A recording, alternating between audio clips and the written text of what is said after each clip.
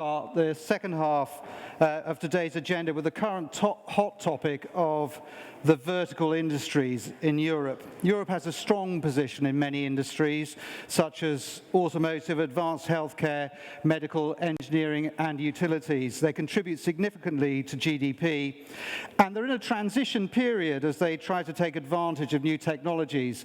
Well, I'm delighted that we're joined this afternoon by François Barrault. He's chairman of Innovate DigiWorld, which he tells me is the oldest technology research institute in Europe, founded in 1977. And he's going to talk to us this afternoon about speed, acceleration, and innovation. François. Thank you. Hello, that's me, yeah. Une question, vous préférez anglais, français? Non. Anglais? Si vous dites chinois, je suis mort. Français, anglais? Français. Bon, on va parler français.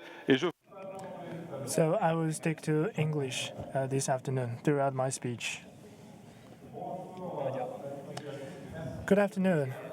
Thank you very much for coming, and thank you, Huawei, for organizing the European Innovation Day.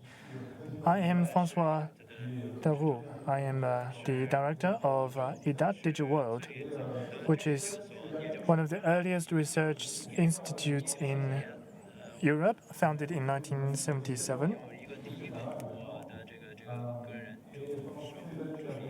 When I had my first personal assistant, I was 17 years old, and people at that time rode motorbikes.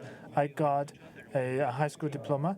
I did not have a motorbike, but I had a computer. So I started to develop some software.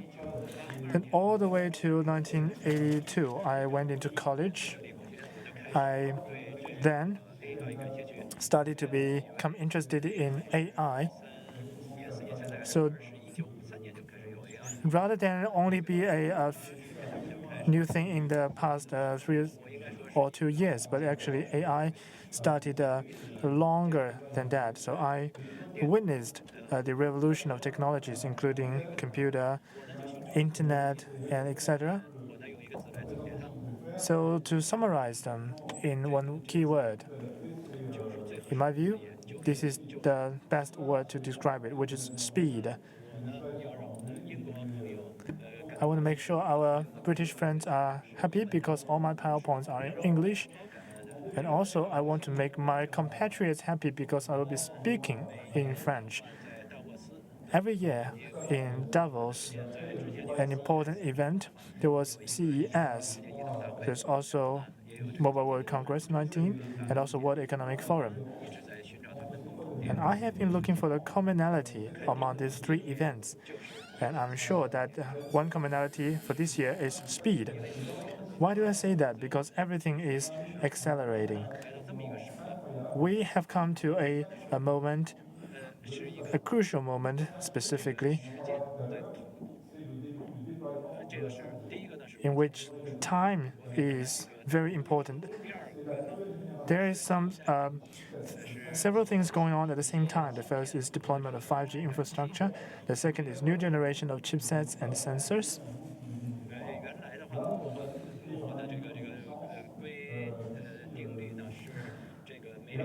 The Moore's law, as everyone knows, that would double every 2 years, but now it's much faster.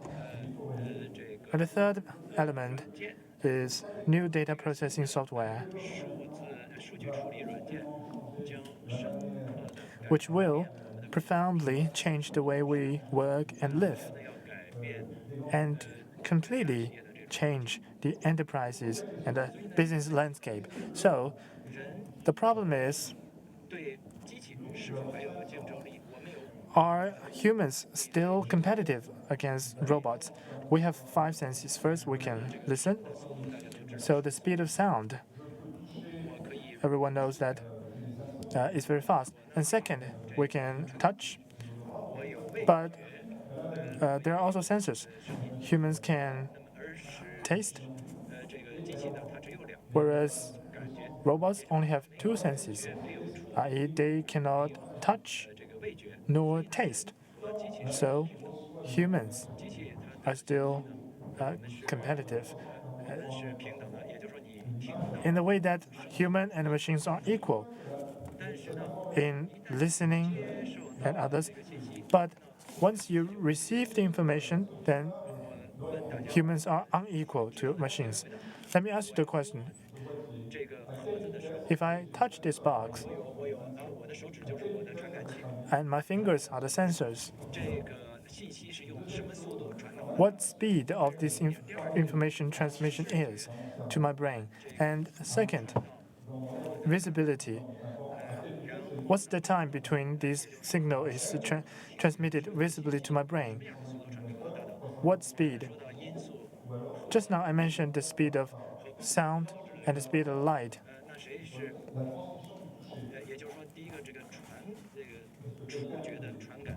I.e., my first question is how fast is the touch sense being transmitted?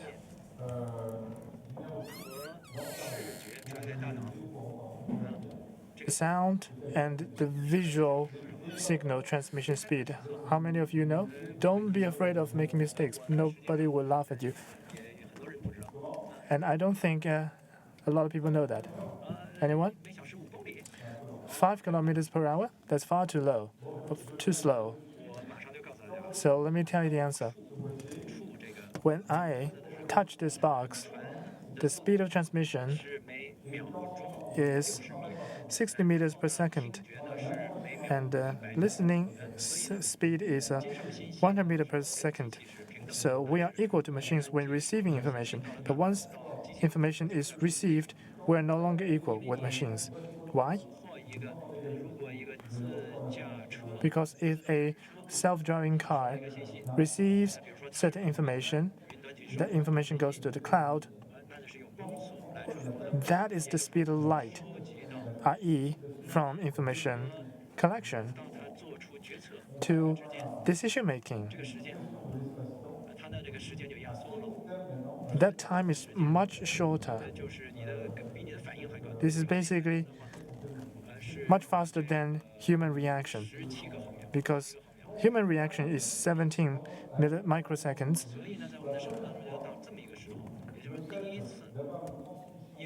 Meaning real-time transmission, 5G and 6G, and IoT that are almost real-time in transmission. And we also have AR and storage, free of charge storage. And your computer is 1 million times faster than before. And we have software to analyze scenarios and to find the interrelationships, among many others, will become true in the 5 years to come. So let us remember one keyword: speed.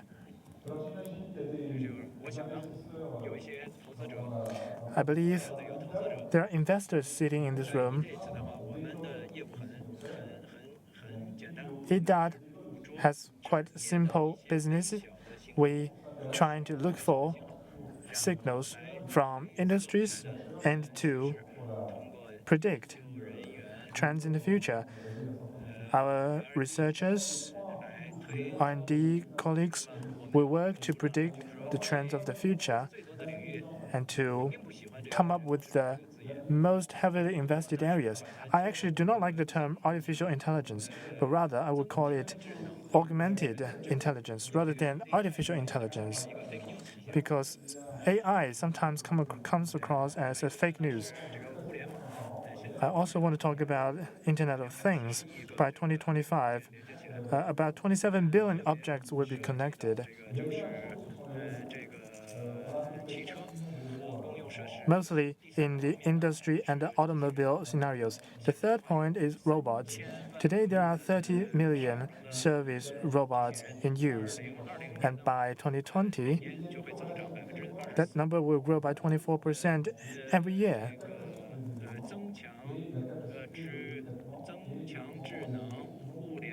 So, augmented intelligence, IoT, and robots are highly interrelated. that can react much faster than human. If you grab a ball, machines were not able to do that because technologies were outdated, but today it is totally possible. And the next thing, also quite interesting, what we call the virtuous cycle, i.e., between technologies, utilization, and the business model. There is this virtuous cycle that is accelerating. So let me give you a simple example that I adopt quite frequently because it's quite a good example.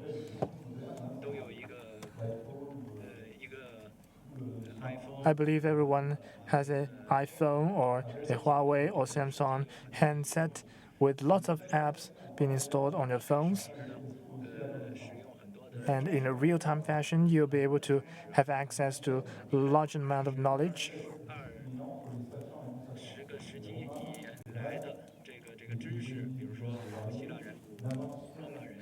Knowledge dating back to the ancient Romans, to the ancient Greeks, to the establishment of the publishers, to the churches, and to the ruling classes who were the ruler of knowledge. So there was this notion of discrimination from those who have knowledge to those who did not have knowledge. I once worked in a lab, and the head of the lab had knowledge. There are 3 windows in his lab, and he has everything in his cars. He told me that I'm not telling you this information because I'm the boss and you're not. So for a quite long period of time, knowledge was discriminatory. But by 2000, one thing changed, which was knowledge sharing among universities and others. When smartphones came out, knowledge is even more shared. And if you are going on a holiday on the beach while your colleagues are working, then you can tell your colleagues what you are going through. And you have lots of applications. Probably you spend hours of time on the applications every day. But at the end of the day, the technologies have generated new purposes. And young people are now sharing information. This was not the case before. In the past, there were silos and isolations, but today young people are sharing things about their cars and their experiences and their home and where do they live, things like that. For automobile makers, and you have things to share about the cars. TripAdvisor also is a sharing platform. Things like that completely changed the notion of possession. So technologies have changed the purposes, and purposes have changed the business models. Because today, many car enterprises are feeling the challenges of should I continue making cars or should I provide mobility services?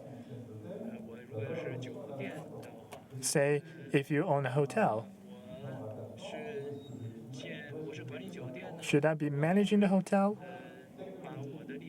Or should I let the hotel booking platforms to earn this part of profit? So you need to make the choice on the business model, and such decision will impact the technologies itself. So this is a virtual cycle that is ever going.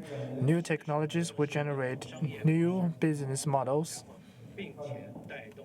and drive investments. And I do see that in certain areas, these elements are highly related because most people are, chatting and interacting with each other at the same time, such as on Facebook, and I believe some of you are now texting or Facebooking your friends. So the more you socialize, the more necessary to meet in person. So these 2 things are happening at the same time. What does that mean? There is now an eruption of businesses. Sports, culture, and art events are mushrooming in the great numbers, and it is even more necessary for persons to come together physically and share.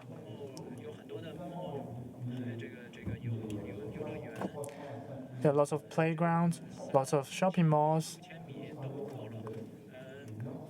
Even 3,000 square meter venue would not be enough.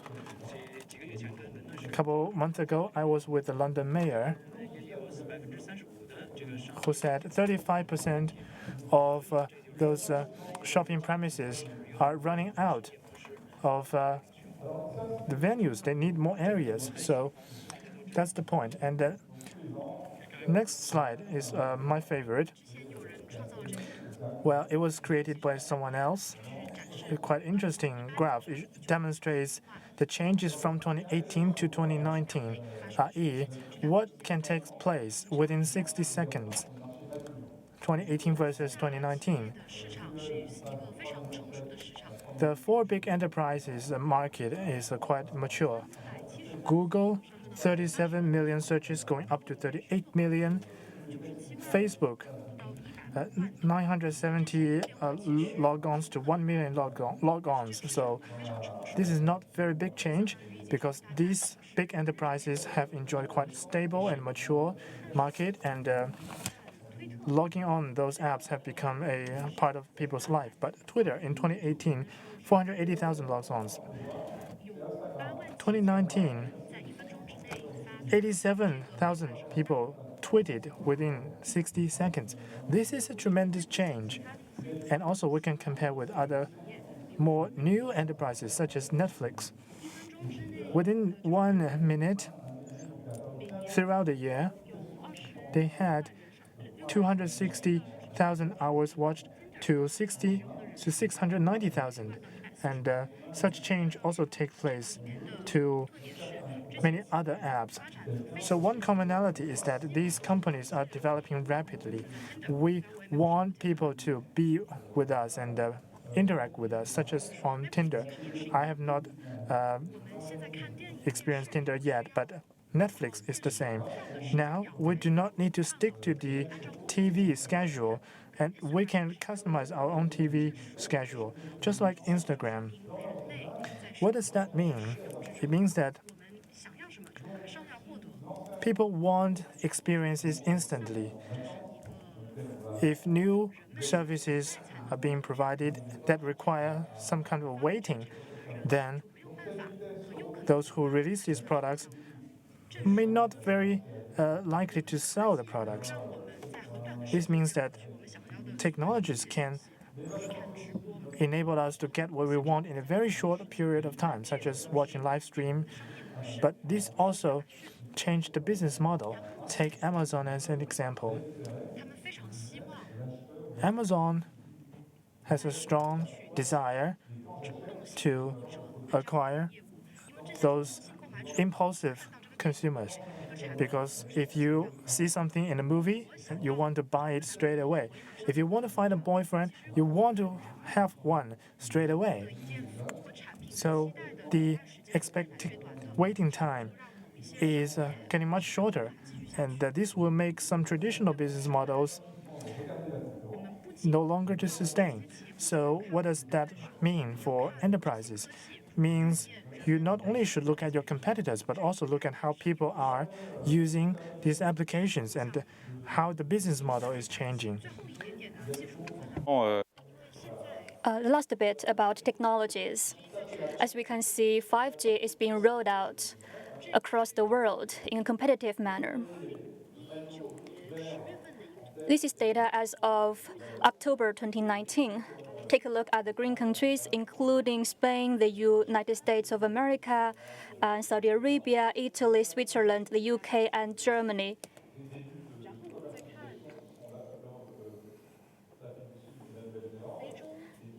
And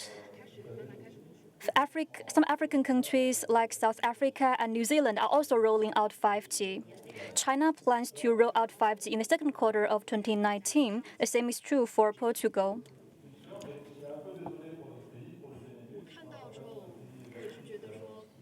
After I see this map, I realize it's quite a pity for Belgium and other countries because they are not really rolling out 5G so quickly. because the pace of rollout differs from country to country. As the chart shows, between 2000 and 2025, by the year 2025, there will be 1.7 billion 5G subscribers. 5G was launched in 2018 in Asia and the USA. It will be launched in 2020 and 2021 in Europe. We have published a 5G white paper which is available online, and it is related to European countries, in particular France. Now let's take a look at some technical data regarding 5G. In the era of 5G, the average speed is between 100 to 300 megabits per second.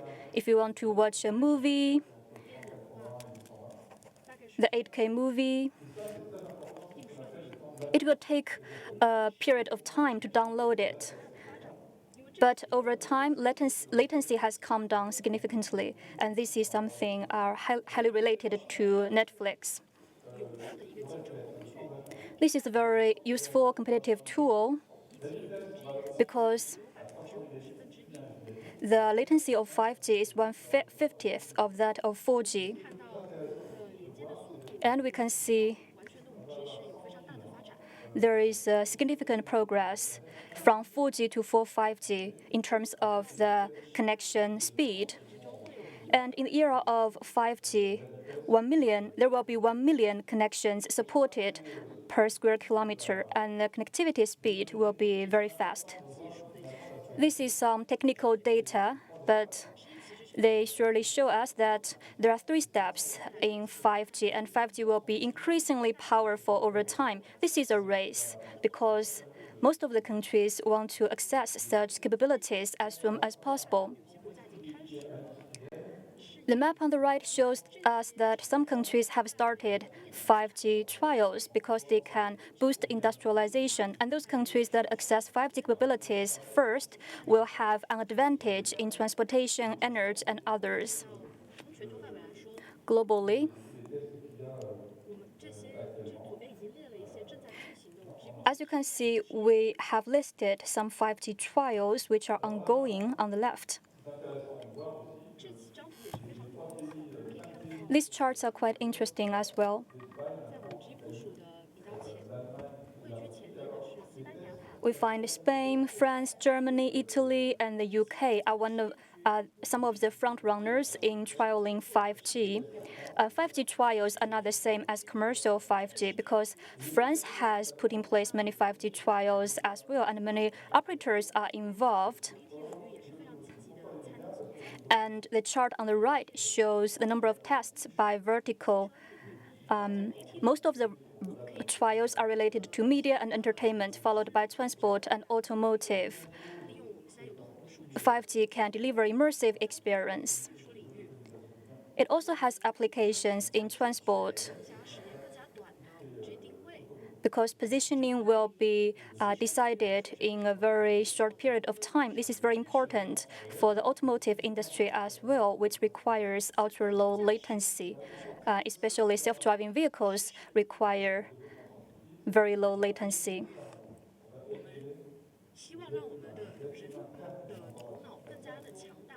We want humans to be more intelligent and get information from all of our 5 senses. Actually, both our left brain and right brain can absorb information depending on the type of information. The same is true for machines. They rely on sensors like cameras and monitoring cameras to collect information. In the field of transport, we can use sensors to figure out whether it's an animal or a pedestrian crossing the street. And the information is transmitted very fast to the cloud, handed over to scientists, and then they will make decisions according to the specific conditions.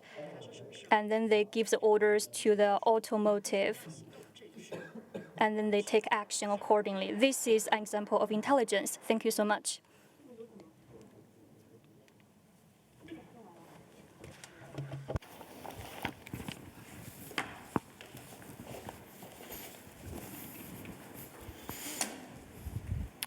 Well, thank you, Francois, for that fascinating insight. And as you were saying, digital technology is reshaping the world and driving future development at an accelerating rate. So it's especially important to make sure that nobody's left behind. How can we more effectively promote digital inclusion and ensure that every person and organization can benefit from the changes that technology brings? Well, in Spain, Huawei is partnering with DIVE, a local research center, to develop a new medical device that can detect visual impairment in young children. And with this device, the children simply need to look at images on the screen of a Huawei MateBook E, and sight anomalies can be detected. This is just one small initiative that falls under Huawei's Tech for All program. To tell us more about how AI can help an estimated 19 million children worldwide, please welcome the co-founder of DIVE Medical, Marta Ortin-Aubon. Thanks.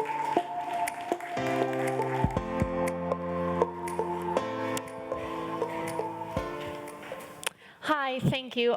Je parle un peu de français, but I'm sorry, it's not good enough to do the whole presentation in French, so I'm going to do it in English. So there are 19 million visually impaired children in the world, and the thing is that this is not only a visual problem, because we know that a child who's visually impaired will also struggle to run in the playground, to make friends, or to understand teachers' instructions. And it's also a problem for very little babies, because they are starting to explore the world and to learn everything from it. So we need vision to figure out how life works and to interact with other people and even to understand their feelings. So vision impairment will interfere with general development and with social life. And for example, a child that has vision impairment will be excluded from educational opportunities. In certain settings, up to 60% of children becoming blind will die in the following 2 years. But actually, the striking fact is that 70% of visual impairment is preventable and curable. That means that 70% of those children could have had an absolutely normal life if their problem had been detected early enough. The thing is that congenital and progressive low vision can very often go undetected for young children. And this is because they get used to it and they can adapt to almost anything. So you may wonder, how can we know whether a baby is seeing properly or not? So currently, there are tools like what you can see in here, and these current tools can be used only by highly experienced ophthalmologists. So they work like this. The doctor sits in front of the child and presents him with several stimuli. And the doctor has to figure out how the child is seeing based on his reactions when he's presented to those stimuli. So the doctor needs a lot of experience in order to do this properly. And even then, results are subjective and not very accurate. So this is far from ideal. And as a result, many visual pathologies escape undetected until it's already too late. We know that visual screening programs are the best tools to decrease the rate of undiagnosed visual disorders. So what we need to do is empower non-trained professionals so that they can identify those children who may potentially have a visual disorder and refer those children to the specialists who will be able to treat them. So as a first step, what we need to do is provide those non-trained professionals with a device that is easy to use, affordable, and portable, and that can help them identify those children with visual pathologies. And that is the goal of our Track AI project. So the idea is that a child with abnormal visual development looks at things in a different way than a child with normal visual development. For example, let's imagine we have a screen, like what we have here, and we are presenting some stimuli like what you can see in here. A child with normal visual development will look at the stimuli like this. So the red dots in here are representing the gaze of the child with normal vision while he was looking at these stimuli. However, the gaze of a child with abnormal visual development looks completely different. So based on this idea, remember that what we are trying to do is to perform an automatic visual assessment for these young children with whom we cannot communicate yet.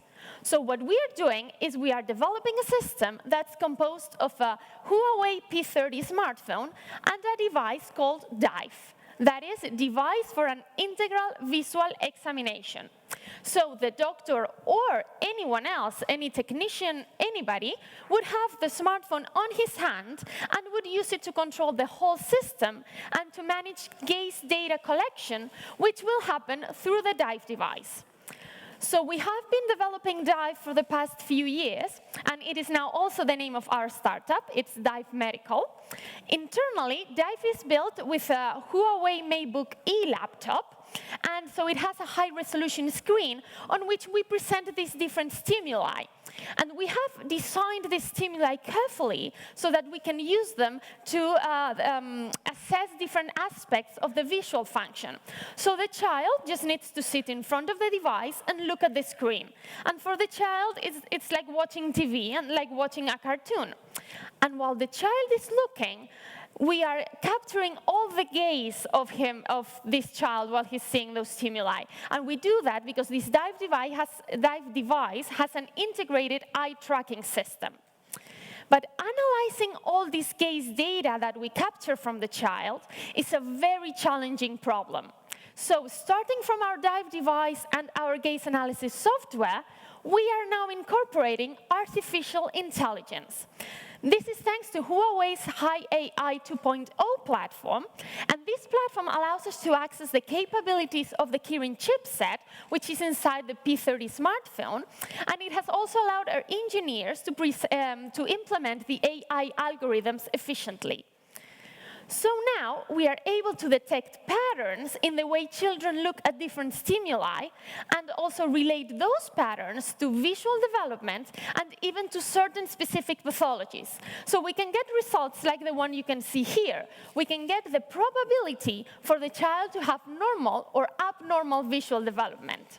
So running these AI algorithms on the P30 in real time means that we have fast and reliable detection of these vision impairments. Now, developing a system based on AI requires gathering data from hundreds of patients. So thanks to this unique collaboration between Huawei and our DIVE Medical startup, we've partnered up with ophthalmologists in 5 different countries across 3 continents. So we are in Spain, China, Vietnam, Russia, and Mexico. And all this team is collecting data from children with normal visual development and children with a wide range of visual pathologies. So this is the gaze data collection phase that you can see there. That's the phase we're at right now. We've already gathered data from 2,000 patients, and at the same time, we're already using this data to train the neural network models that we are developing. And for this, we already have a first prototype in testing phase. And in parallel with this, we're also developing the final system, which, remember, will be composed of the P30 and the DIVE device. And for this, we also have a first prototype, which is in testing phase. So thanks to the great capabilities of the Huawei P30 smartphone, this has allowed DIVE to reach out and be useful across the world, from an ophthalmologist at a hospital in the UK to a family doctor in a remote area in Mexico. The United Nations Sustainable Development Goals are targeting universal health coverage by 2030. And this puts the spotlight on the need to improve eye care, because, as I told you before, eyesight has a huge impact on all other aspects of well-being. Also, its third goal is to ensure good health and well-being for all people of all ages. And in order to make that happen, they're trying to get efficient funding for all health systems.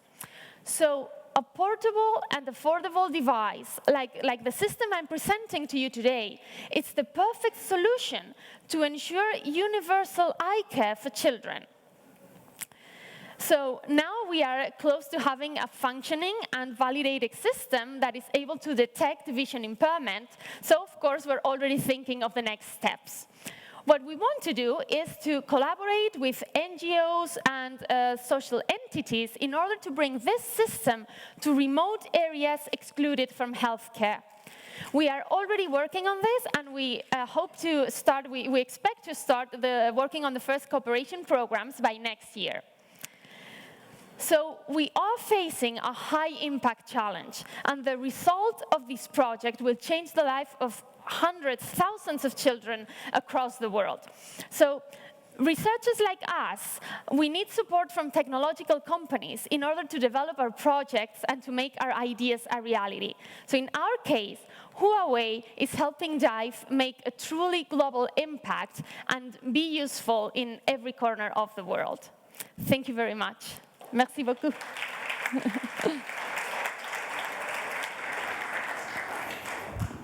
Thanks. Thank you, Marta, and I think we'd all agree it's great to see such a worthwhile application of technology. Now, when it comes to digital inclusion, I think we'd all agree that internet access is far from perfect, especially in rural areas and even in some low-income urban areas. But for the most part, internet access, automation, and other digital tools have helped to remove some of the barriers keeping women from pursuing educational opportunities, participating in the workplace, and having their voices heard. However, there is clearly further to go. So, in association with the Financial Times, we are delighted to welcome Victor Mallet, who is Chief of the FT's Paris Bureau, as moderator for our panel on how technology can drive gender equality. And Victor, if you'd like to come up.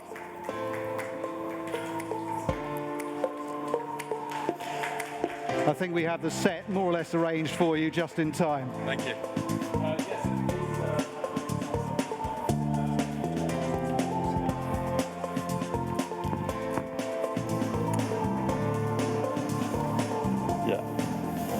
And Jake, thank you very much. It's very good to be here. I'm Victor Mallet, the Paris Bureau Chief of the Financial Times, and our panel is on how technology can drive gender equality. I was just struck by something François Barrault was saying in the presentation before the last one about the speed of transmission, and it reminded me that as a journalist, transmission speeds are very important in the digital world, and I've been through, I think, every system that's been available for the last 100 years, starting with manual typewriters and telex machines, and when we used to send our stories, they were at 50 bodes, which is 50 words a minute, and of course that has now changed pretty dramatically. But the previous session, the session we just heard, reminds us that all the stories we hear about how technology is a force for evil in the world, which is particularly a problem in the media and social media, for all that, it's also a force for good. And we're going to try and address one of those ways in which technology can be a force for good today, specifically how that technology can drive gender equality. So I'm going to very briefly introduce the panel, and then we'll start off, and hopefully we'll have a bit of time for your questions at the end. So starting nearest to me, we have Josiane Couteillard, who is a member of the European Parliament for Malta, the first one from the island of Gozo, I think, to represent Malta. She's a member of the Industry, Research and Energy Committee, and importantly for this panel, the Standing Rapporteur on Gender Mainstreaming at the European Parliament. Then next to her is Jake, who's director of the Digital Financial Services Lab, DFS Lab. He's based in Paris and invests in tech startups, and he'll tell us a little bit more about his work. And then next is Amy Green, who is at Sciences Po here in Paris again, Assistant Secretary General for Institutional Equity and Diversity. So she can tell us a bit about how this process works or can work or should work in educational institutions. And then at the far end, Aurélie Jean, who is a computational scientist and entrepreneur, CEO and founder of In Silico Veritas, which for those of you who speak Latin will know means in silicon is the truth, as opposed to in vino veritas, which is the journalist's motto. She's worked for a whole bunch of companies, most of which you will have heard of, including Boston Consulting Group and indeed the French Education Ministry and quite a few others. So it's a great pleasure to have the panel here. I'm going to sit down and we're going to have a discussion, and then, as I said, hopefully we'll have a few minutes for your questions as well. I'm going to start, I think, by asking Aurélie at the far end from where I am and on your right, how tech can be used as a tool to advance gender equity, and maybe tell us a bit about how this applies in her very broad experience of the sector. Sure, yeah, so thank you for the nice introduction. So, yeah, technology can help in driving gender equality from different perspectives. From a development perspective, obviously, where we can actually, thanks to algorithms, advanced algorithm, we can analyze data, we can make prediction, we can actually underline the biases that already exist in technologies or in processes or in the way we do and we think about things. And also, so I like to say that from a development perspective, we can actually develop more inclusive technologies. So we can actually eliminate any discrimination that already existed in the process, in the way we were doing things, building things. And also from more a societal and economic perspective is that technology can help, because actually I like to say that it's the first time in history that men and women actually in France, for instance, where they can actually build the next generation technologies to build the society of tomorrow from equal rights and equal education. And I think it's a big deal. So I like to say that women need to really jump over the opportunity to work in technology to actually empower themselves. And I like to talk about money, obviously, because in AI, in computer science, this is where the salaries are the most competitive, obviously, but also in terms of societal impact, because by working in this area, they would be able to have an impact on large-scale real problems in any field: medicine, engineering, education, finance, social impact, anything. So it is really, from a development perspective or from a societal and economic perspective, it's a huge way to actually decrease the gender gap and drive the gender equality. Just briefly before we move on, how much has it already changed the situation in your view? Is that you've got this extraordinary experience in both in your own companies and in other companies. Have you seen things change over the last 10 years, say? Yeah, obviously it's better, but it's not fast enough, let's say that way. So I'm very optimistic. So I think we were in the right way, but we have to be faster. So we were talking actually about that earlier. It was very interesting when we say that we saw like an increase of girls and women going to this field, obviously, but it's not fast enough. But more important, we realized with AI, especially with AI, you mentioned, Victor, you say, oh, there are more women in biology than in physics. Why? Well, because we saw, and we're not sure about the real reason, but we saw that girls, students in high school, for instance, tends to want to have an impact to solve real case problems. So they want to know the why. And so in the United States, for instance, we saw that by talking to the girls about what we can do with AI, which kind of problems we can solve, about uses, we talked about that, it actually resonates in themselves, and they are most likely they're going to go to this kind of field. And we saw an increase of major and minor in computer science in undergrad in the United States for girls. So, I think we can move even faster by more talking about what we can do with technologies and AI development, and instead of talking only about AI itself, or computer science itself. Thank you very much. Maybe this is a good moment for Amy. If we're talking about promoting the use of technology by women and technology that helps gender equality, what's your experience of how that's played out, particularly here in Paris at Sciences Po? But what are you able to do, and what do you still need to do? Well, thank you so much for that question, and thank you to Huawei and to the Financial Times for inviting me here to share this conversation with you today. I think really to piggyback off of what Aurélie was talking about earlier, the educational institution has a responsibility to start cultivating young women, obviously, the day they walk in the university doors, in order to expose them to the different fields and sectors in which they could be employed. And essentially, the job of a university is to do what an American astronaut called Sally Ride said. She said, you can't be what you can't see. And so one of the most important responsibilities of a university is representation and representativity. So that means admitting enough female students so that there's a critical mass, so you avoid that phenomenon of tokenism, where the few handful of young women feel that they're not in a culture that welcomes them. So the importance is having as much mix or co-ed as you can to, of course, have equal representation from women. And then there's the responsibility in terms of the curriculum or in terms of what you teach these young people. If young women see themselves in the curriculum, in the classes they take, or in the problems that they're being asked to solve, it's much more likely that they'll find the resonance and they'll understand their experience as being worthy or legitimate of academic analysis and rather than anecdotal or personal. And then the final thing I think is important is having representation or representativity in the people who educate them, to ensure that it's not just men or a typical one profile of person that's delivering fundamental knowledge, but also that young women can see other women in the position of authority, of intellectual authority. So in terms of getting young women to begin to imagine what they're able to do, you have to start constructing female ambition. Those are some ways I'd be happy to sort of discuss more throughout the course of this discussion, but it is absolutely critical that, that young women begin to are able to model their pathway at the very early stages. Thank you very much, Amy. Yes, essentially what you're talking about is kind of getting the right models at the human level, at the institutional level, which will then mean that the software will end up being at the right, the right kind of model. And we can talk more about how there's a problem with, with the way consensus models are worked out and the way those are coded. Absolutely. Just sort of a response to that quickly, Victor. Sciences Po in Paris, we're a social sciences and humanities university. So technology is not at all the center of what we train our students to be able to do.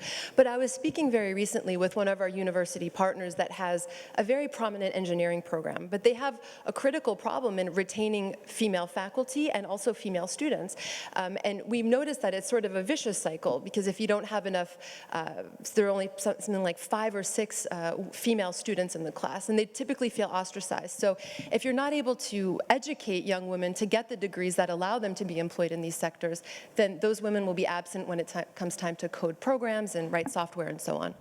Is that better at MIT, where I think you work? I teach a bit over there. Yeah. Well, it's interesting because I totally agree with Amy, obviously, and when you mentioned, your question was how technology can help towards driving gender equality. Actually, technology for education can help a lot. Just because when I was at MIT, it was 2015, I think. I developed with my co-colleagues, researchers. We actually developed a tool to allow students from very far away, to follow the class, the lectures, with like interactive exercises, with co-working. It was very nice, and with a virtual board and everything. And so I realized that at that point, that also technologies can help,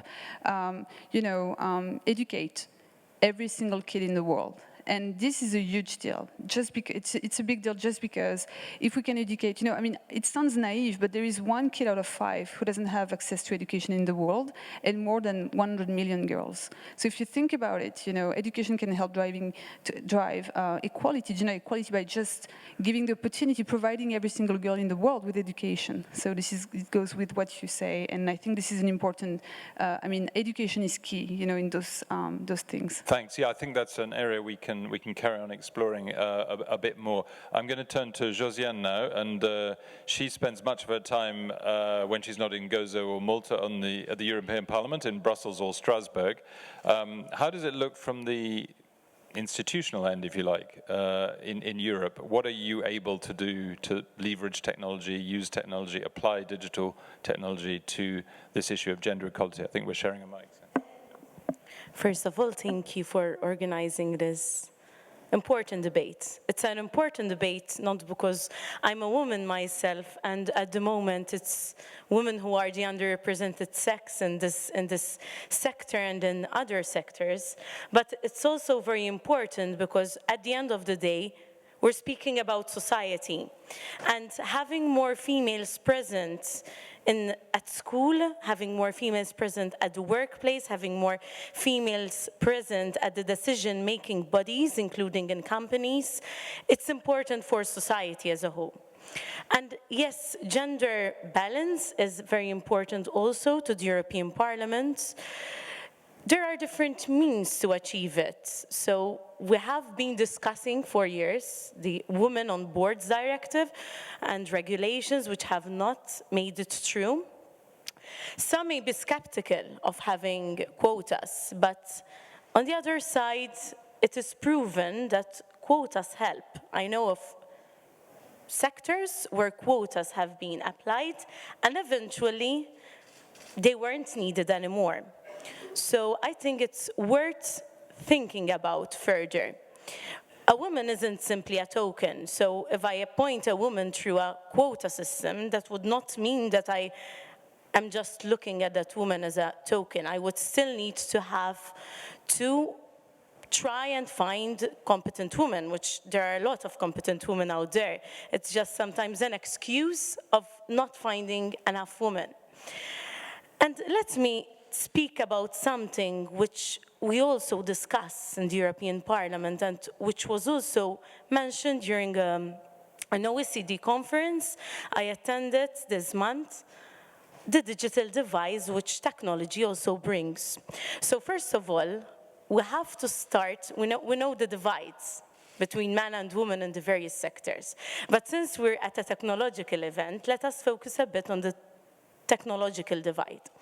I've brought some statistics with me. Starting from the developing countries, there are 250 million less women than men online, and worldwide some 3 to 7 million fewer women than men which have a smartphone. So first of all, I think that we should keep in mind the concept of access to technology as of right. And there are people in developing countries or in remote areas which are not yet well connected. So that's an important thing to focus upon. Then we have to think how technology could help. And here I speak of the workplace, employment law, the law regulating aspects of technology.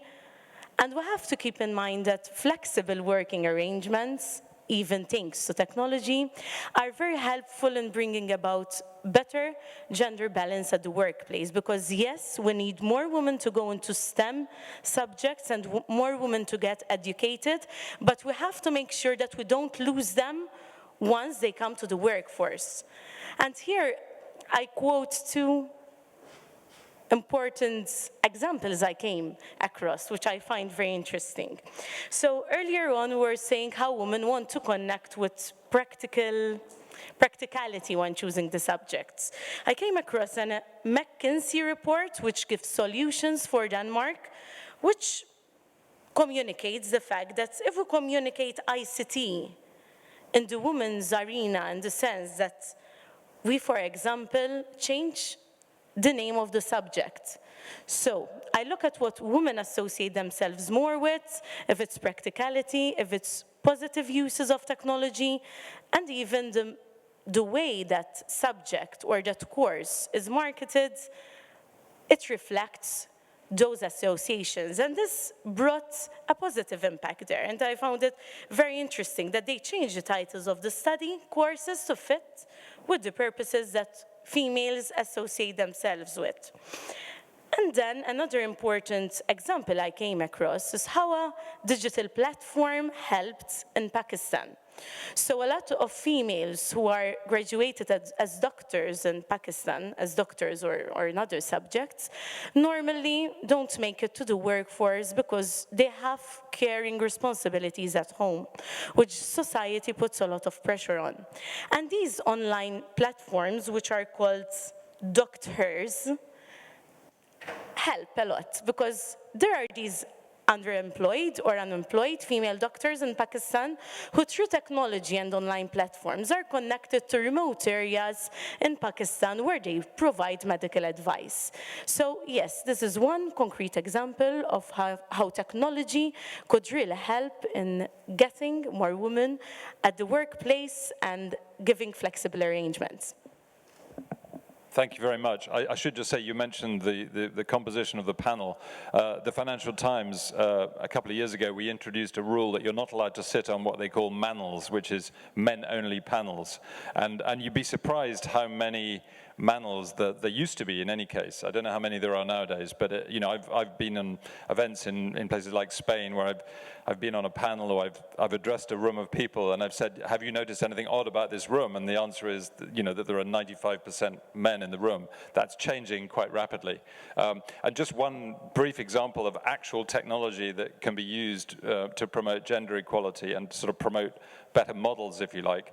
Obviously, a lot of people in business today, the CEOs of companies tend to be men. So we've now got this bit of experimental software that is being rolled out and monitored to make sure that we don't have too many pictures on our front page or the home page of our website that are of boring men in suits and don't have enough women. So, you know, I mean, just this morning I got a message from one of my editors saying, you know, this is in terms of the people who are quoted in stories, saying, you know, we haven't yet made the 50-50 balance of the people you're quoting for stories about politics or economics or whatever it might be. It doesn't matter what the subject is. The point is we're trying to improve our balance of the people we talk to get views, because that actually, you know, helps to promote the process. But I want to turn to you now, Jake, and maybe get a view of how all this goes down in companies, which I think is pretty important to a lot of the people in this room, and obviously important to our readers as well at the Financial Times. You know, you're in the business of investing in a lot of tech companies. How do you see this process of tech being used? You know, is it being used enough? Can it be used more?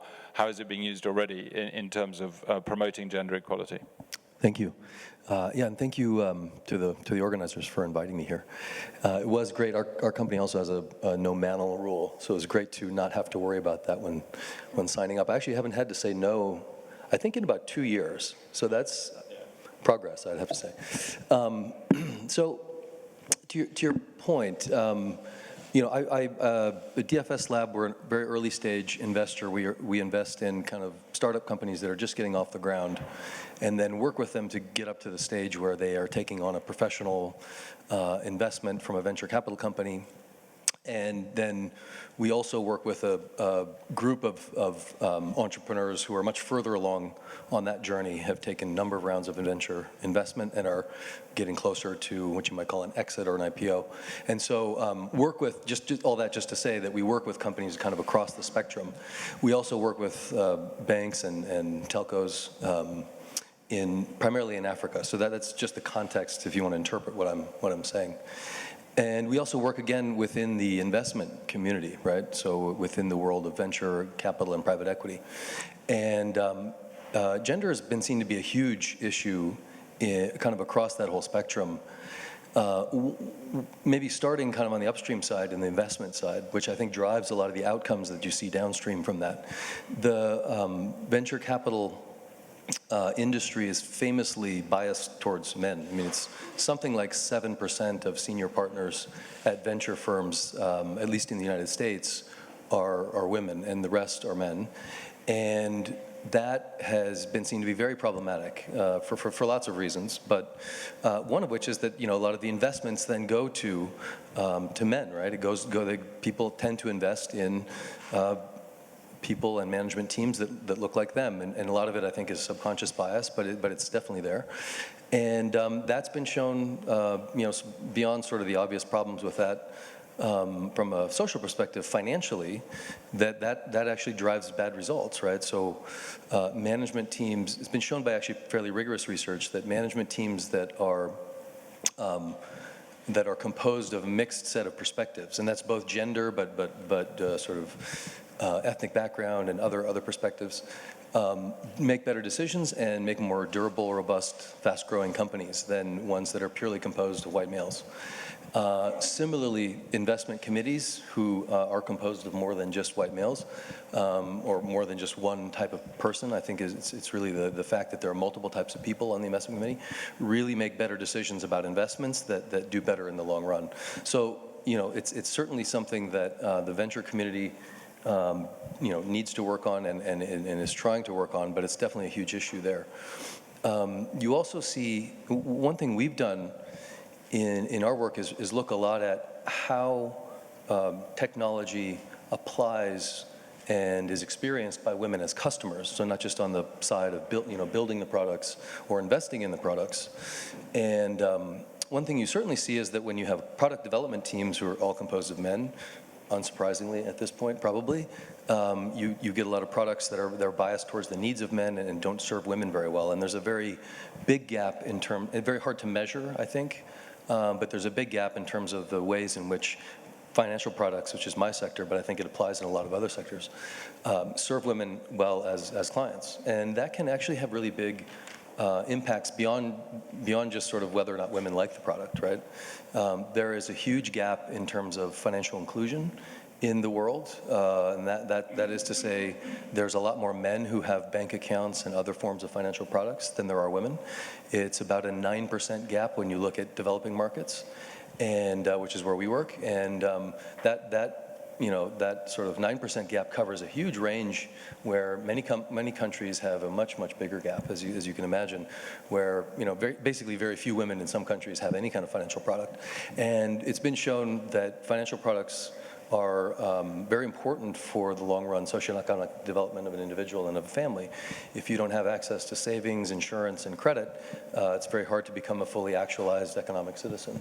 So the degree to which products are made for women actually has a big follow-on effect in terms of their socioeconomic benefit. And maybe just the last thing to say is that when you actually do build products that reach women, you see a different set of strategies in order to do that. So we did a program that we called the F3 Prize, Female-Focused FinTech Prize. Again, we're not a branding agency that does a lot of naming, so it may be a little bit clumsy as a name, but the goal, and this was in partnership with Meteor Network and their Flourish investment fund, the goal was not to give prizes to women as entrepreneurs, which I think there's a fair number of those at this point, but really to give prizes to entrepreneurs who were creating products that served women well as customers. And not surprisingly, most of the companies that won had women on their management team or women CEOs. But what we saw there was a bunch of companies, the ones who did the best in that prize had had some common features across the strategies that they used to create their products. And a few that I found really interesting, maybe non-obvious. So one was distribution. So a lot of people focus on, does the product have features that appeal to women or that meet women's needs? And really actually found that a lot of the companies just did better. The ones who did well in terms of serving women did better on distribution. So they actually went out with a sales and distribution strategy that reached women in their communities through organizations that they were members of. So a lot of these companies would partner with women's cooperatives and savings groups and other kinds of local women's organizations, NGOs, microcredit organizations that were built around women groups. And so really going through these local institutions that were already composed of, run by, and organized around women was a really powerful way to get products in their hands. Another observation that sort of may be obvious in retrospect, but I found very interesting, is that if you create products, a lot of times when you distribute products across the population, a lot of times, and this applies to technology as a whole, technology applies in the context of the existing kind of power structures and power dynamics that women live within, many of which are not very just and not very fair.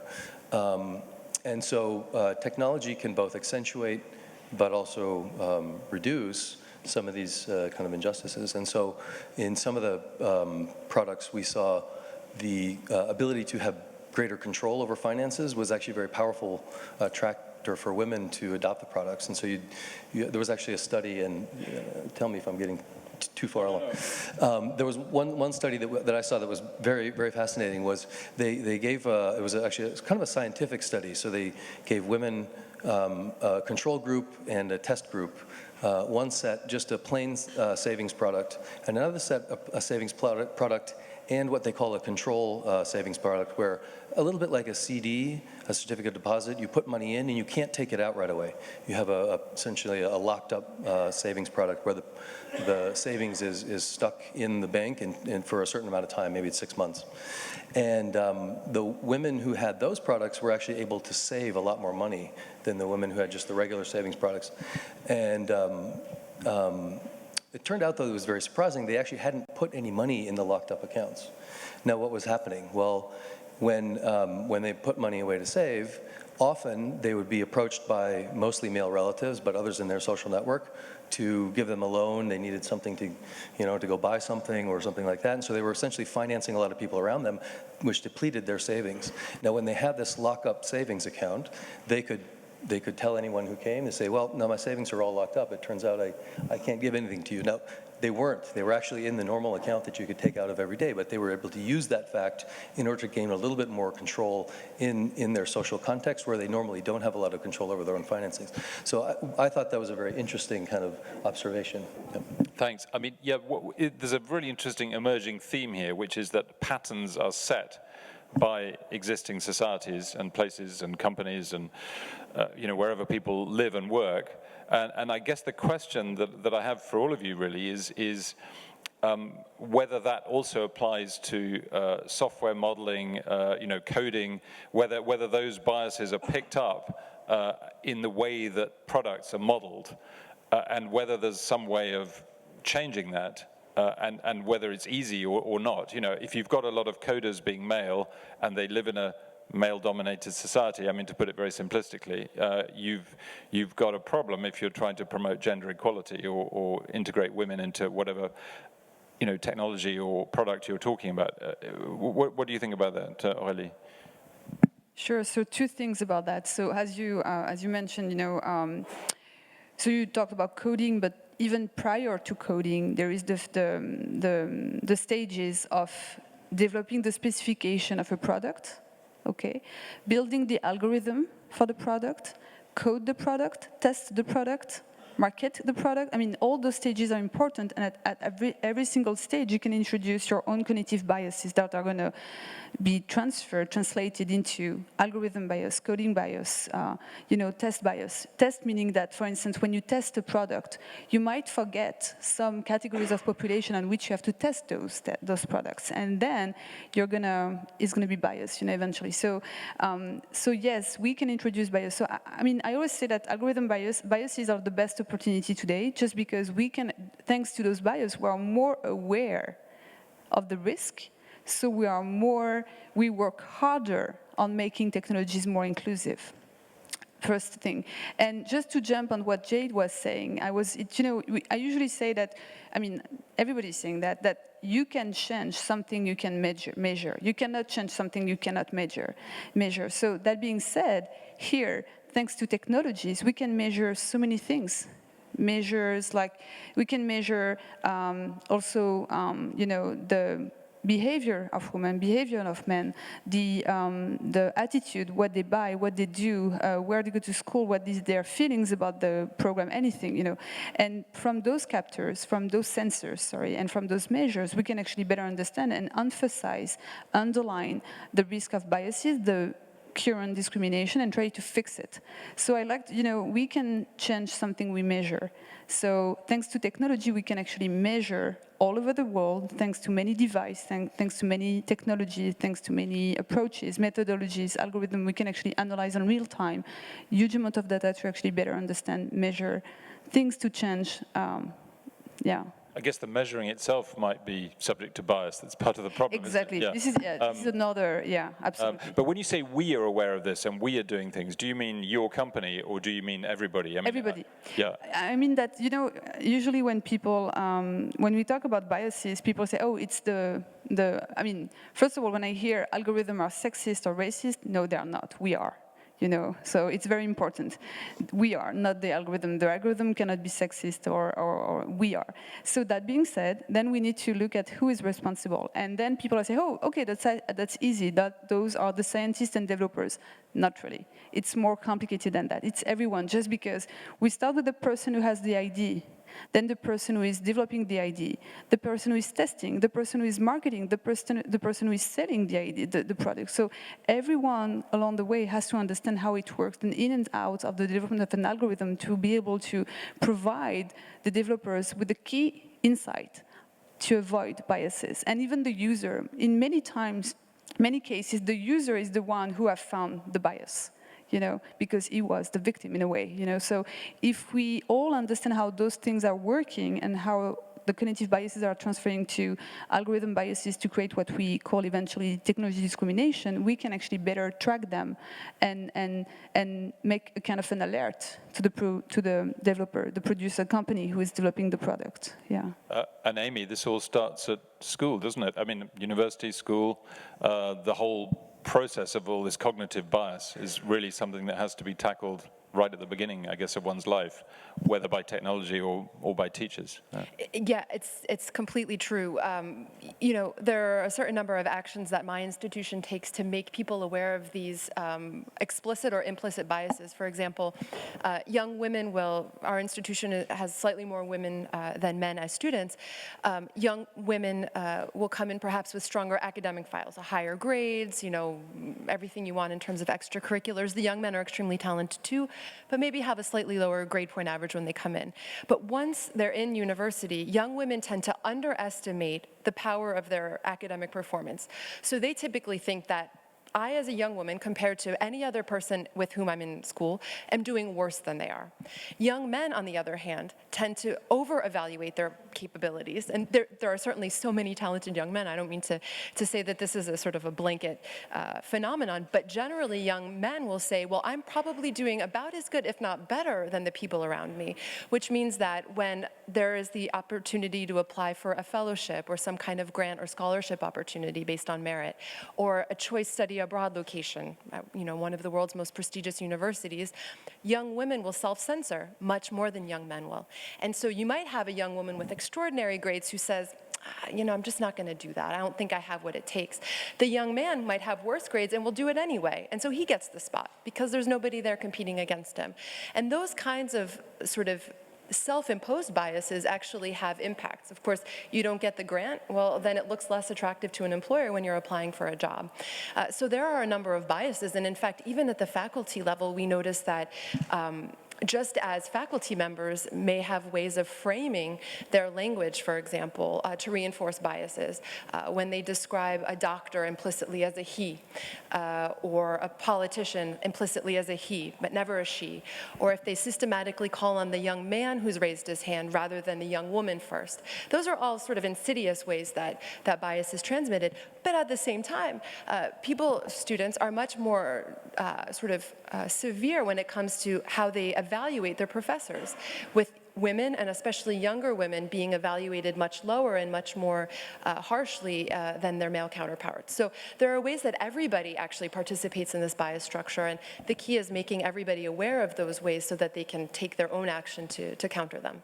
And maybe I see a similar thing play out in the entrepreneurship realm, which is you were saying that a lot of men overestimate their own capability, which rings true. In the entrepreneurship realm, one of the things they've studied is that sort of unreasonable levels of confidence are actually very good for people who are entrepreneurs, because essentially you're facing a pretty likely failure.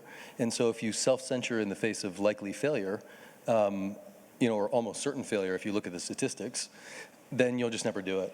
Right. And what you said made me think that maybe, helping to build confidence for women in particular to just take on these things, even if, failure seems likely, would be great, because it's kind of necessary. You have to be a little bit crazy to be an entrepreneur.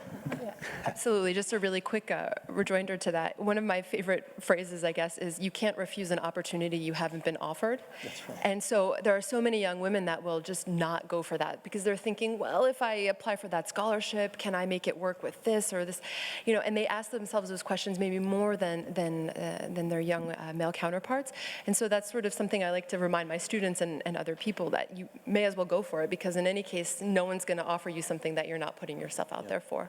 Yeah, well, and also, I mean, could go both ways. So getting men to question their own capabilities a little bit more might also be an effective thing to add to the curriculum. But I want to ask Josiane, given what educational institutions are doing, companies are doing, maybe not totally successfully, but they are doing quite a lot.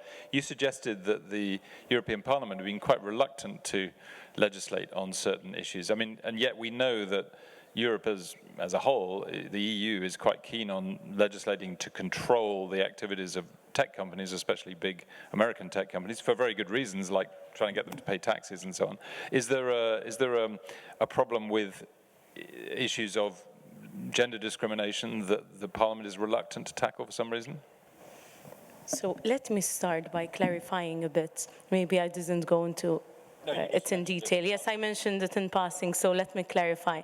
Yes, the European Parliament was pushing for these boards quotas. But what happened is that when it came to council stage, then there were some member states who were reluctant to agree on it. It's a process, and it sometimes does happen. But I want to highlight once again that it's important to look at positive examples which quotas have brought about. And yes, sometimes until we get there, we need assistance. I prefer not having quotas at all. I prefer not having reserved seating and not having positive measures at all, because that would mean that we as a society could attain equality without the need of these interim measures. But that's the ideal scenario. And faced with this, I would want to emphasize the importance of moving from the idealistic part to reality. And here we are. I go to a lot of conferences relating to gender. I'm quite young myself, but I hear others who are double my age, who are activists in gender aspects, and who say we've been saying this for too long. So how should we get moving? Are we going to continue repeating this? Now, that's the point. So yes, I think that the European Parliament has and tries to push when it comes to gender. Now, enforcing on companies. I think that there could be smart regulation which could help in the matter. But apart from that, I also emphasize the importance that the industry itself also realizes how important gender balance is at the workplace, at decision-making, at developing software and technologies. Because yes, otherwise that would mean that, as Jake said, we'll have biased products. And biased products won't make commercial sense. So it's important to keep in mind, sometimes from a policymaker's point of view, we tend to emphasize more on the traditional arguments and reasoning of the importance of equality as part of societal gain, but there's also the other side of the coin. Businesses are realizing that having had male-dominated, male-biased products developed, that has had a negative impact in the sense that the products, if they are more unbiased, that would mean that they would sell more. And therefore, I also have an appeal to our companies that policymakers will continue pushing and may regulate, yes. But from the industry's perspective, I think that the industry has a lot of weight here too. Because in believing of the commercial positivity this will bring, apart from the important societal change, I think that the industry should push for more. An example, I would say, if we have these, if there are internships within companies and they recruit students, it could help to have mixed students, to try and have, yes, like the Financial Times, not an all-female or an all-male panel. I think that would help a lot. Thank you very much. I just want to drill down a little bit into this business of existing discrimination and how you get rid of it. What you've I think called cognitive bias, and maybe I can ask you, Aurélie. is it when you are trying to create a technology or write some software or do something that is going to be non-gender discriminatory, can you simply, is it the same technology, the same use of technology that you would have if you were tackling racial bias or social class bias or discriminating against people in remote areas, geographical bias, if you like? How does, is there something special about gender bias that needs a special bit of software or bit of technology, or is it just all part of the same thing and you just adapt whatever you have or ensure that it covers all those bases?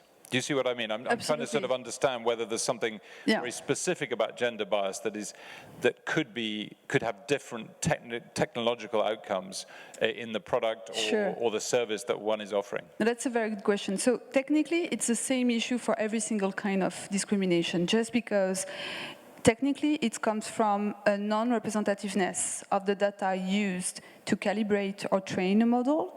Or it can also come from, technically still, the same thing, from the lack of diversity from people who are thinking about the specification of the product to build. So it can be gender, it can be age. We don't talk a lot about age, but there is a huge age discrimination, in some tools. So we need to think more about that. Or especially because today, the technologies are built by people like me, young people, you know what I mean? So we need to work with every generation to be sure that we engage everyone and we don't create discrimination on age. Ethnicity, religion, sexual orientation, all those things together. To me, it's the same, obviously not the same consequences depending on which kind of discrimination, but technically, and specifically technically, it can be approached, tackled the same way by brainstorming with different kind of people. Because it's very interesting when you say that when they're like a diverse group of people, the idea out of it is usually more rich, sophisticated, which is true. We did show that, so we did see that in many studies before, and so there is that, but also the way we test things, test the product, test the data that is used to calibrate or train a model. All those things are the same approach to test what we call the representativeness of the technology. So there are parallels essentially between different kinds of representativeness. Yeah, maybe Amy, is there a danger that you can lose the positive aspects of what women can offer to a company or an educational institution if you discriminating? If you try to be too non-discriminatory, you're essentially saying that no one should have an advantage. Interesting what you were saying, for example, about men being more confident and therefore more inclined to start companies that might fail. Overconfident. Overestimate themselves. Yeah, but it's a potential advantage, and it's. At the moment, it's a male characteristic. I guess the question is, are the female characteristics that are beneficial to technology or life that we might lose if we begin to positively discriminate in favor of men or of women, or if we try to sort of flatten everything and say that everybody should be treated exactly the same? I guess what I'm asking is whether there are special characteristics of women that actually should be nurtured and preserved and not eliminated from the way we examine, anything, whether it's a job application or anything else. Yeah. And that if we do that, we end up losing something that we would otherwise gain. You're hitting on this really interesting question of blindness. Yes, I was going to come to that, absolutely. Because one of the, we're coming a little bit away from the issue of gender, but one of the big debates in the United States, I remember maybe 25 years ago at this point, was about color blindness. People don't see race, they just see the person. And really the pendulum swing to the other direction was, well, if you don't see race, then you're not understanding or accepting the fact that there's a different reality for people in society, sort of based on their background and what that entails. So I think the question you asked is hitting on the sort of semantic debate in a way, but extraordinarily important, between equality and equity. And I think equity is probably hitting a little bit closer to something that seems to me to resonate, which is understanding that women have a specific experience, even a shared experience. Obviously, women are no monolith, but there's a diversity of experiences within that. But nonetheless, the experience of being a woman in society is not the same as being a man. And I think that there's space for obviously both of those things. It's absolutely necessary. So I think the question of equity versus equality is really one that needs to be asked. And then, within an institution, and I can speak on behalf of mine, of course, and some of our lessons learned is that, if you make space for equity, you make a space for all of the different experiences, and you make space for women to be different than men, and they don't have to simply be men wearing skirts, or dress in suits to prove their worthiness.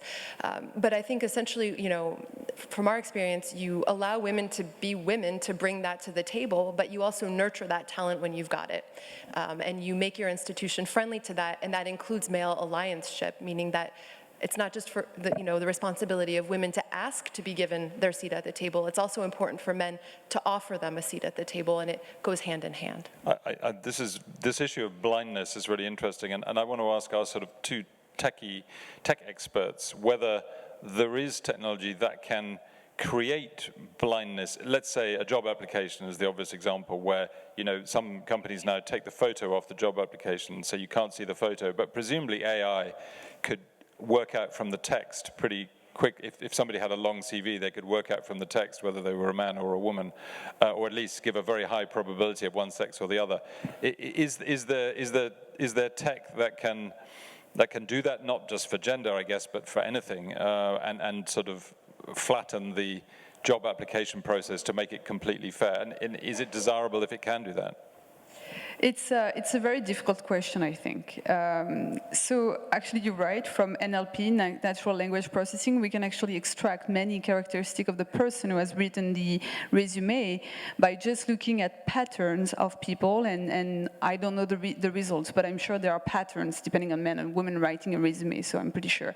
So yeah, but I think if we use technologies to look at resume, it would be more to screen, like to do a first screen to see which ones are actually into the requirements of a job application and which one are not. And as I always say, when you use those technologies as a user, the person in HR, you have to be aware of the technology is just providing some decisions, but is not giving you the decision. You have the choice. And I like to say, when you have a list of requirements for a job application and you want to screen the resume using a technology, an AI-based technology, you have also to play a bit with the technology by changing, by tuning in a way the requirement just to see which kind of applications are retrieved. So it's really a matter of like critical sense. And in terms of blindness, I experienced some interviews, obviously, and I remember the one at Bloomberg.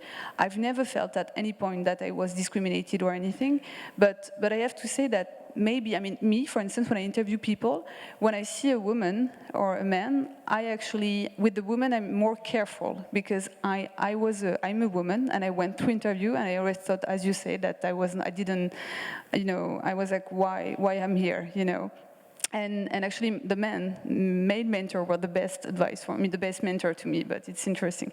But so when I have a girl, and I talk to a girl during interview, I'm very careful because I want her to feel that she has the right to be here, So we have also to understand who is in front of you to actually adapt your attitude to have an equal consideration eventually. Yeah.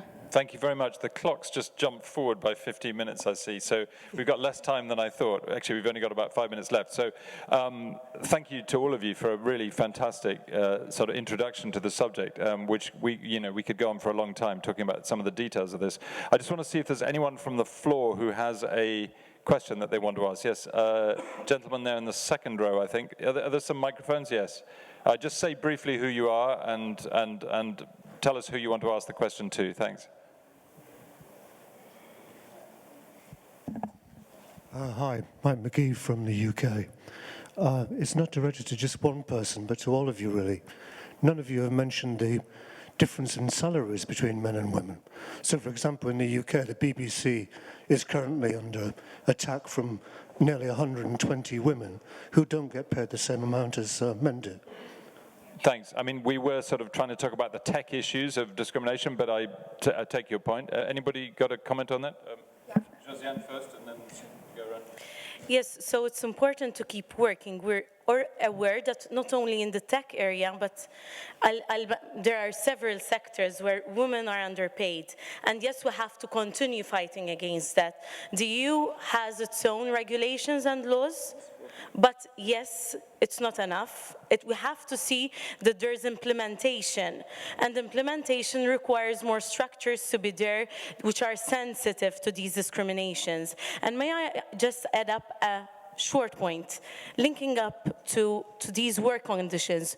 We have to also be importantly conscious of the fact that digital gives us flexibility, but let's not forget that there are situations which crop up where we have fluid work places, for example. We need laws which regulate these people who are working in the gig economy, who are working in a flexible manner, which is positive and allows more women to be active, but we have to make it and see to it that it doesn't come then as a negative impact on the real conditions of workers, and the fluid workplaces generated by technology are indeed regulated well along with other working conditions. Thanks. I was going to say it's a huge, obviously it's huge. I think across every sector, women are underpaid versus men. Our institution self-reports annually, so we do an analysis based on sort of job type, how much men are paid versus women, and then we make that public to our staff so that they can see sort of the progress we're making, and then we set goals and KPIs in that regard.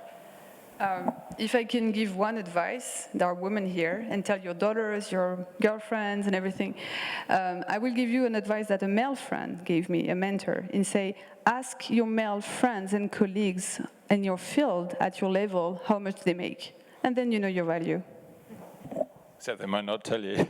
But yeah, you want to say anything, Jake, on this? Or no. Any other questions from the floor? Yes, someone about halfway down with a microphone there. Yes, yes.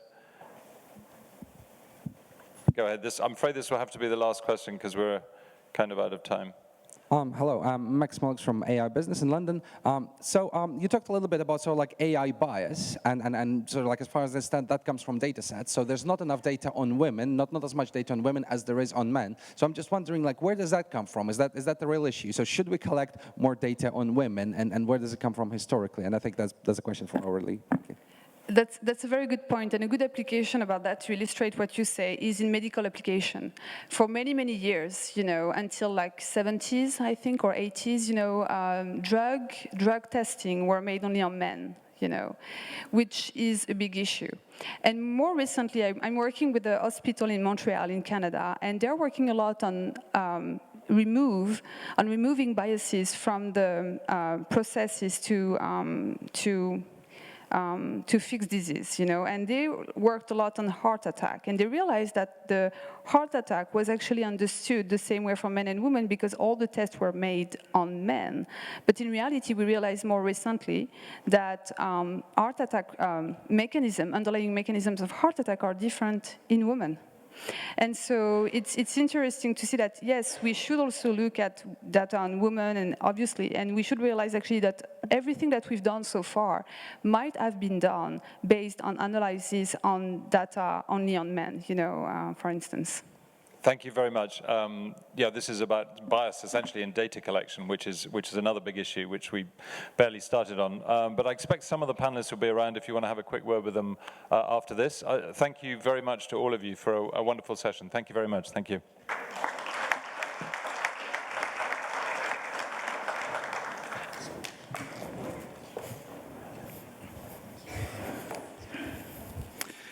Thank you, Victor, and thank you to all the panel for their insights. As Josiane said, this is an important debate for society as a whole, and digital technology can be a great facilitator of flexibility and change, provided it's applied in a truly unbiased and inclusive fashion. Now, for most of us, the ultimate luxury would be a personal assistant who anticipates our every need. That luxury is now available thanks to voice-activated artificial intelligence assistants.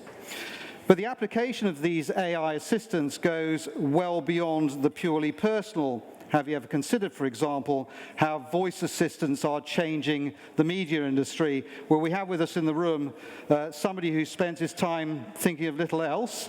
He's Mukul Devishand. He's executive editor of Voice and AI at the BBC, and he's going to talk to us about this trend in the media industry. So, Mukul, if you'd like to come up to the stage. I think the final tables are just being cleared away, so you should have an open stage. There we go.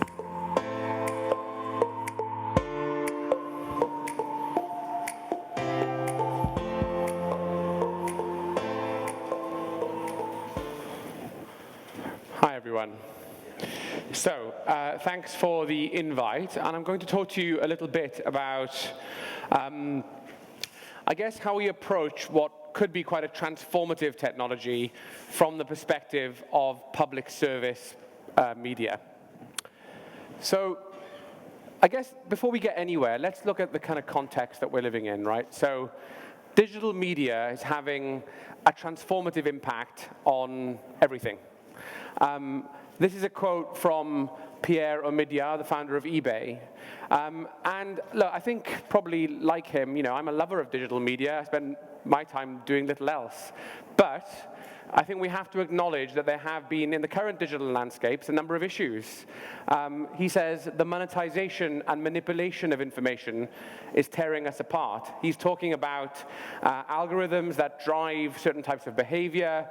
He's talking about the division and polarization, the filter bubble, and so forth, that are a feature of some of the current digital landscape. Set against that, I come from the BBC. The BBC is the world's oldest public broadcaster. We reach 426 million people a week with our news and other offers. We broadcast in 42 languages. We're a big tech firm in our own right. The BBC really comes from this perspective of public service. So here's what I'm going to cover today. A bit of a view on the rise of voice AI, some of the stories so far, including possibly a demo, and some of the technology thinking that we're doing. Okay, so let's talk about what voice AI is. Who uses a voice assistant here in this room? Who's used one? Only one person. That cannot be right. Who uses Alexa or Google Assistant or anything like that? Okay, interesting. So about a quarter of you. Voice activation is growing. It's a new and slightly uncertain technology, but I think it's worth considering that it's part of a sequence of big changes in the underlying kind of information system that probably start with the World Wide Web, the mobile, social platforms, and then a kind of a voice access internet. If, as kind of investment by tech firms pours into this does have the transformative impact which they seem to think it will. And I think it's worth saying that in terms of the type of internet that we're talking about, probably start with the most open internet on that one side, and probably get to some of the issues around control, mediation, and so forth, or disintermediation of information in the social web. Voice has features of all of them, but has that feature too. But voice is not some future-facing technology. Voice is really here right now. So a third of American adults own a smart speaker, 26% in the UK, lower rates in France, but still climbing. The Google Assistant is used on hundreds of millions of mobile phones, and you know, something like a fifth of searches by younger demographics are by voice. Our own BBC Alexa skill gets around 1 million unique browsers a week, which is, for something so nascent, is quite big. It's a global growth. Here are some stats that look at sort of East Asia. So mainland China is the second biggest market. South Korea is fourth, and they're both showing much higher growth rates than the US and the UK, which are some of the biggest markets too. When we say AI, like, what are we saying here? Really what we mean is that there's content almost at the bottom layer, and then there are two levels of kind of AI mediation on top. One is the really clever bit, right? The natural language processing that infers an intention. So you say, play me Radio 4, play me the news, and it will work out what you wanted and what you meant. But underneath that is a decision not unlike the social media algorithm, where it's looking at the data that it has about you, and it looks like what it has in its store, as it were, and it matches those things up and decides what content will satisfy this query. The current market is one where, these two firms, Google and Amazon, are absolutely the biggest in the Western world. They are great in what they're doing, but that does cause issues for a public broadcaster like us, specifically issues around things like control of an experience. So, the way that you can design your own experiences on platforms like this is quite limited in the current, to take advantage of that relationship with the audience. That really impacts on things like attribution. So here are some of the attribution stats for the BBC skill. So a lot of people are using the BBC skill, but may not realize because it's almost too seamless, too good in a way. They ask for their favorite radio station, they ask for a program, and they get it. They don't quite know where it came from. I'm going to go back there, sorry. So voice, because voice is, you're talking to a robot essentially and looking for the most friction-free answer to your query. So there's a bit of a tension between attribution, your brand, and discovery and ease of use. If you're doing too much branding, you're probably getting in the way of that natural conversation with the robot, as it were. There's also in this, I think, a kind of much as there is in social media, some consideration of how this is going to change the information ecosystem around us. So this is a quote from the UK government's Centre for Data Ethics and Information that came out a couple of months ago. It says device manufacturers are becoming curators or editors of content. It's talking about aggregated news services. And that puts the portal, the assistant, in quite an influential position to make a decision about what it surfaces in answer to a query. When is Brexit going to happen? That's going to be decided by a platform. It's a sort of an editorial decision as well. And so just like social media, it's something we should be thinking about. So at the BBC, we're kind of working our way up that technology stack, as it were. We're starting with stuff now, we're on voice platforms now, new experiences, and then enabling a conversation with the BBC. So, the story so far. We launched a skill on Alexa. That serves up all of our content, our radio stations, and so forth. It's doing really great numbers, 265 million streams a year, 1 million plus weekly regular unique browsers, around 20 million people streaming, 20 million streams, of our news briefings. And one of the stickiest pieces of digital real estate the BBC has, even though it's quite new. We've launched new services, which I'll come to. So, we launched new services to try and understand creatively and as a public service what we could do with this technology. We launched BBC Kids in September. It's a kind of, I'm not going to demo it right now, although if you have young children, please tell them to have a go on it on Alexa. It's OpenCBeebies. This is a universe for children where they can talk to their favorite characters, they can search for stories at bedtime, they can search for songs. We've learned a lot about what people may or may not want in a voice environment. And this is an industry leader. We've won a bunch of prizes for this, including a Webby. Underlying that is a framework for, as a creative producer, how might you build a voice experience? We call that Orator, and it's about kind of understanding what questions could be asked and directing queries to different parts.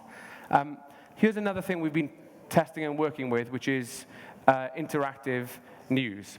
So we started by testing that out in India on the Google Assistant for the elections in May, which is, of course, the biggest voting exercise in history, as it always is. Here's a quick demo. There will be sound. Hey, let's get BBC elections. The BBC. नमस्कार, आपका स्वागत है BBC के विशेष election bulletin में, जिसे आप control कर सकते हैं। अगर आप अगली कहानी सुनना चाहते हैं, तो आप कह सकते हैं move on. Okay, that was the beginnings of an early stage interactive news briefing. We just launched it in the UK, I think 10 days ago. So I'm going to now take a very risky step and use my Alexa on my phone to demonstrate that to you. Give me BBC News. Fingers crossed. It's a 4G connection. This is BBC News. On the way, thousands of jobs are at risk as Mothercare calls in the administrators and the relationship that brought down a McDonald's boss. But we start with a bleak assessment of the paramilitary threat in... Next.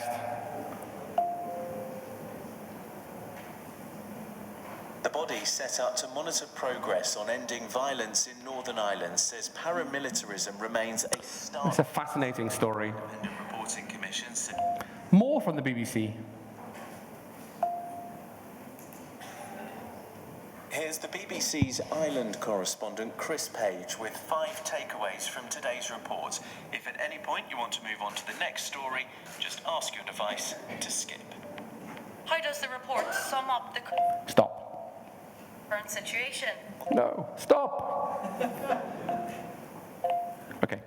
So, look, what that is something like this. You know, we have created, we have a big audience for our smart speaker news already, and we're adding a level of interactivity, quite simple for now, you know, and really drawing on material the BBC is already producing, but allowing you to have some control. You can, specifically, the thing that we're most excited about is that you can go deep and get real context and background on any story. So this is the beginning of learning about what people might want from interaction in voice environments. Looking forward, you know, as I said, we're learning about new formats, we're getting out there, but we also want to enable what we see as a conversation with the BBC. And that is something that we spoke about recently as our voice assistant, Beeb, which, or working title Beeb, which we just started work on, and it's still very much a nascent thing. But it got a lot of headlines when we said that we were going to do it. The world was interested that, you know, the world's biggest public broadcaster is thinking in this way. Great that everybody reported on this. They did get one thing wrong, though. I won't use the word fake news, but the one thing they got wrong is that we're not trying to be a rival with any existing platform out there. Really what we're trying to do is enable a way to access the BBC at a conversational level in partnership with any platform device manufacturer that wants to work with us. Why are we doing that? Because as we've been discussing, supplying content into assistant-type environments involves a lack of editorial control. And in the kind of context that we are living through, we think it's important for a public broadcaster to maintain that editorial control. And so having an assistant technology of our own allows editorial freedom, universality, i.e. the same experience surfaced across the whole kind of universe of technology, and creative control. Developing natural language technology, for example, allows you to say things to the BBC that become increasingly more sophisticated. So not just play me this podcast, Brexitcast, but also, hey, when is the next election? Or how much is the license fee that people pay? Find me something funny. So we can start to port with voice environment to surface increasingly conversational interactions that people are starting to have with the world of assistants. So you can talk to the BBC, and this is some of the techie stuff, you know, you can talk about titles, entity resolution, dialogue management that is specialized towards what we have. In the world of personalization and recommendations, some of my bosses have spoken about public service algorithm as a shorthand for really taking you on journeys through content, but avoiding some of the pitfalls that are out there right now. So bursting filter bubbles rather than enhancing them, getting you to the right content, but in ways that take seriously the editorial values that the BBC has. Discovery of this vast, you know, we have a huge content pool at the BBC, answering all sorts of factual inquiries for literally almost 100 years. You know, can we find new ways to get to that content? Find me something with the woman from Fleabag. Fleabag is a successful comedy. I don't know if any of you have watched it. It's very good. And new forms of content. So, and that is a huge kind of potential thing. We obviously experimented a little bit with children's content and making the news more interactive. But, you know, here's a kind of a dreamy scenario. Can you ask for your favorite podcast, but at 15 minutes rather than 45, because that's how much time you've got? How can we dynamically edit that? So this technology opens up a world of access to public service content in a whole new way. And I think I just conclude with this final thought, which is that, in this universe that we are living through, which at the beginning I said, the Pierre Omidyar quote, that there are actually all sorts of issues in the way that people are living their lives with digital technology, both incredibly liberating and wonderful audience experiences for people, but also with serious concerns about things like the manipulation of information, misinformation, and so on. So the BBC in that, our role has always been to protect the public sphere and national conversation, and international conversation, actually, and to make sure that these are not lost in the world of hyper-personalization and AI. And so really, that is what we are trying to do in this technology, and thank you very much.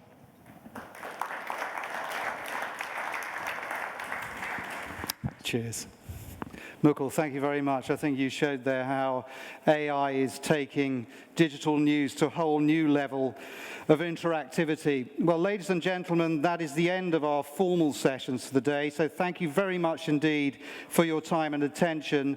Also, a very big thank you to all our speakers and panel members today. I think they've given us a fascinating insight into various aspects of innovation in Europe. For those of you who are joining us for our events later in the evening, we look forward to seeing you then. For our media analysts and KOL guests, our press conference will start in 15 minutes in this room. And a final point, for those of you who are leaving now, please do leave your headsets where you found them. Thank you very much indeed.